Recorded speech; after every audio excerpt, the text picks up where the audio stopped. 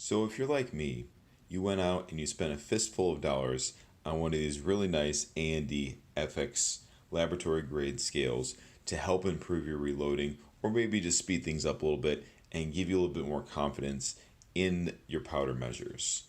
Or maybe you spent a few dollars more on one of the FC models, the FC300 or something like that. Now the good and the bad and the ugly about these scales. The good is that they're extremely precise, they have great repeatability, and they don't suffer from the same fluctuations or creep that you would see on a strain gauge based scale.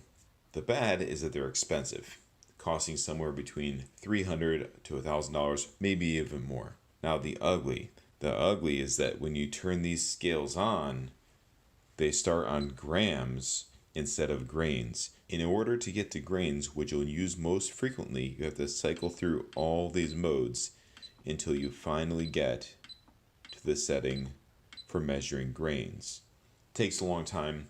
You have to do it every time you boot the scale up. So what I'm going to show you today is how to reconfigure your scale so that it starts up on grains instead of grams. Furthermore, I'll show you how you can change it so that it only shows grains, or maybe grains and grams, or whatever units you typically use.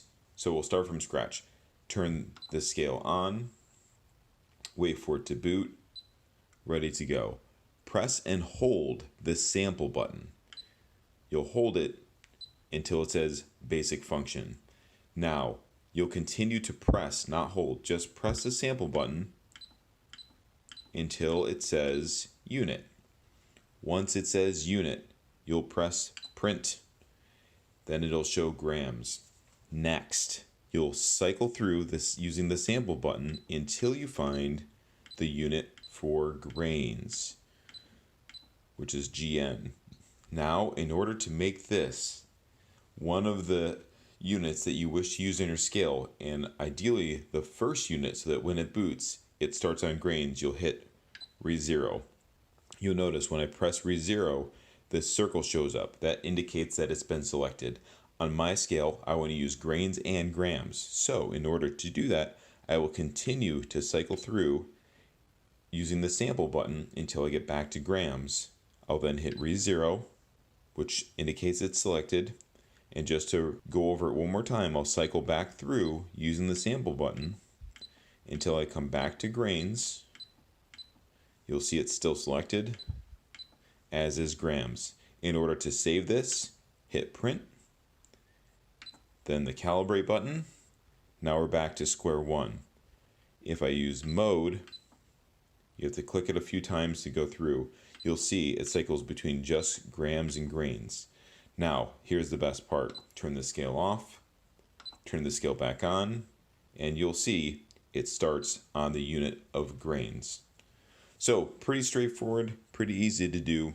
One last tip, if you want to take it back to the original factory setting, the process is just as easy. Hold down sample, we'll go back to this menu, continue to click on sample until it goes back to until it displays unit, press print.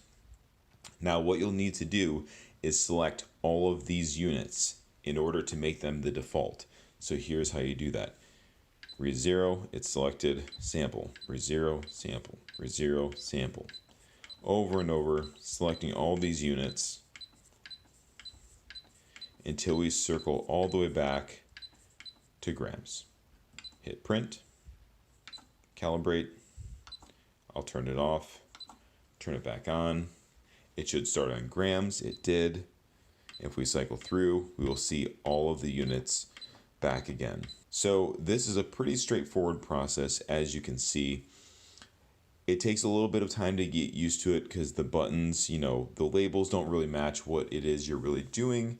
But once you do it a couple times, you'll get the hang of it and it won't be a problem anymore. Or for some of you, just watch the video a couple times, set it one time so that it boots up to grains and never touch it again, and you'll be good to go.